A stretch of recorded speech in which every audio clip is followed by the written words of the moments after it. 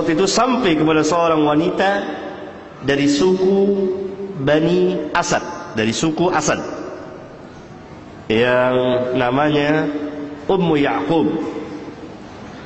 Lalu Ummu Ya'qub mendatangi Abdullah bin Mas'ud dan dia berkata, sesungguhnya telah sampai kabar kepadaku bahwa engkau telah melaknat perbuatan ini dan perbuatan itu. Benar apa tidak? Tabayyunnya. Faqala,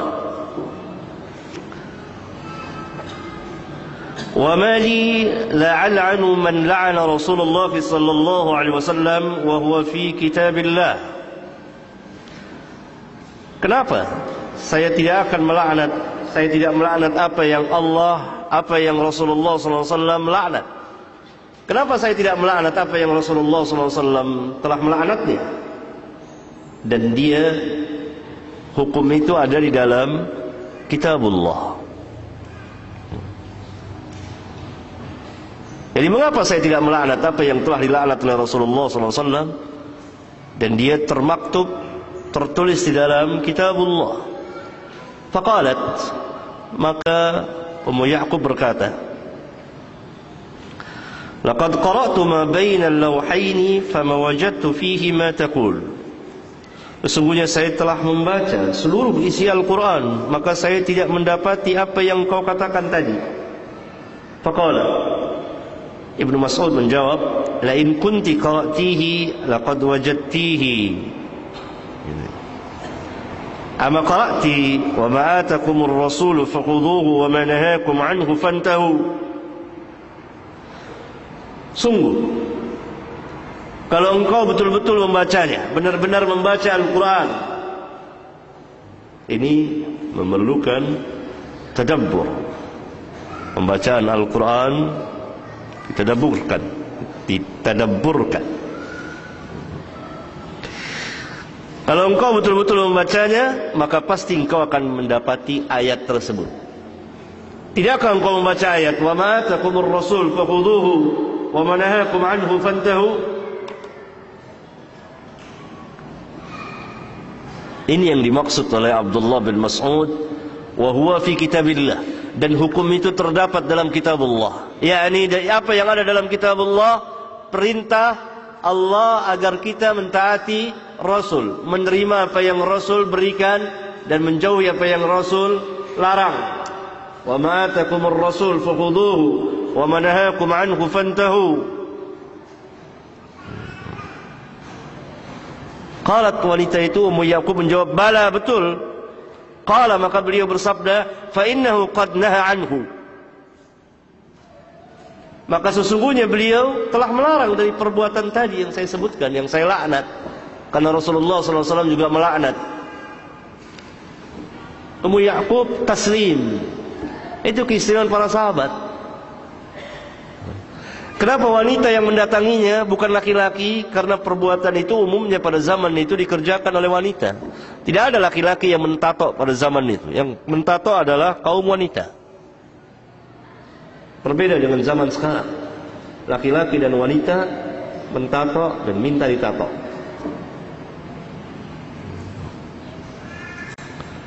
Taslim Ummu Ya'qub. Ummu Ya'qub paham. Tetapi karena perbuatan itu biasa dikerjakan oleh wanita pada zaman itu, yang tentunya belum mengerti hukumnya, maka dia akan mengatakan, maka Ummu Ya'qub berkata kepada Abdullah bin Mas'ud, yakni bahwa istri Abdullah bin Mas'ud pun melakukan perbuatan yang sama. Kata Ibnu Mas'ud, pergi lihat.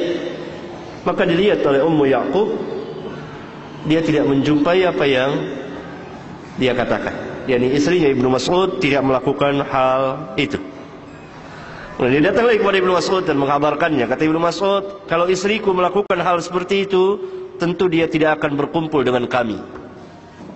Maksudnya dipisahkan. Nah, yang jadi kaidah di sini adalah,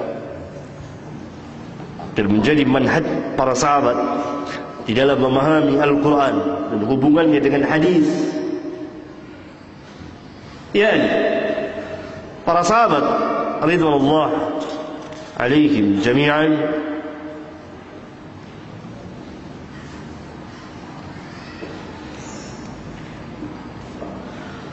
berpegang dengan sangat kuat kepada keumuman ayat-ayat dan kemutlakannya yang memerintahkan untuk taat dan ittiba kepada Rasulullah sallallahu alaihi wasallam, yang memerintahkan menerima apa yang beliau perintah dan menjauhi apa yang beliau larang.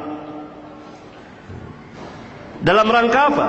Dalam menerima dan mengamalkan seluruh hadis yang datang secara terperinci dalam berbagai masalah. Lihat manhaj mereka itu. Para sahabat berpegang kuat teguh dengan keumuman dan kemutlakan ayat-ayat dalam Al-Quran. Ayat-ayat yang mana? Yang memerintahkan kepada kita untuk taat dan ittiba kepada Rasul, menerima apa yang beliau perintah dan menjauhi apa yang beliau larang. Contohnya ayat tadi, wa ma ataqumur rasul fakhudhuhu wa ma nahakum anhu fantahu. Itu keumuman dan kemutlakan ayat. Ayat lain lagi, atiullaha wa atiur rasul. Berulang kali, berpuluh kali Allah memerintahkan ketaatan kepadanya dan kepada Rasulnya. Banyak sekali. Itu ayat-ayat yang bersifat umum. Itu dipegang kuat-kuat oleh para sahabat. Dalam rangka apa? Dalam rangka menerima penjelasan beliau, hadis-hadis yang datang secara terperinci, yang hukum satuannya, satu persatunya tidak terdapat dalam Al-Quran.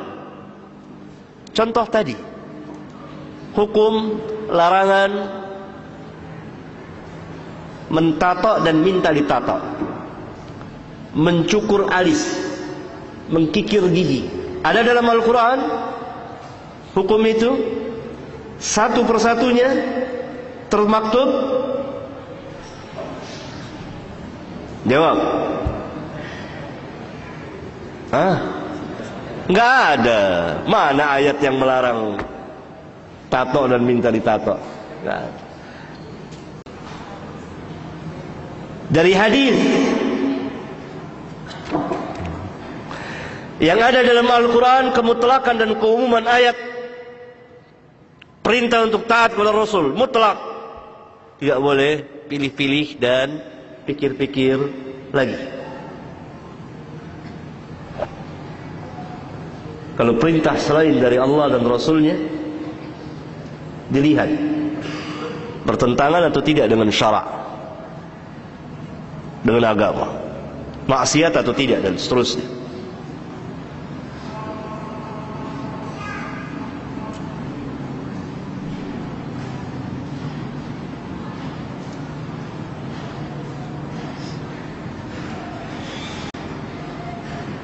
Nah,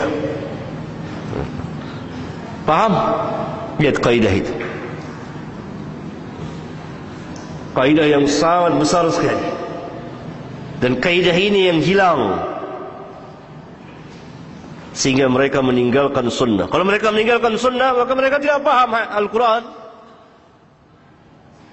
Yang adalah pemahaman yang sesat, pemahaman yang salah. Salah dalam menafsirkan Al-Quran.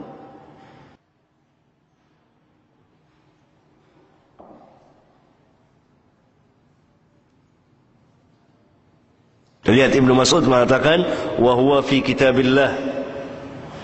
Itu ada dalam kitab Allah. Yang dimaksud ada dalam kitab Allah bukan satu persatunya ditulis dalam ayat Al-Quran. Haram mentato, minta ditato, haram mencukur alis, haram ini dan itu dan seterusnya. Tidak. Yang ada dalam Al-Quran, ati'ullaha wa ati'ur rasul, wa ma atakumur rasul fakhudhuhu, wa ma nahakum anhu fantahu.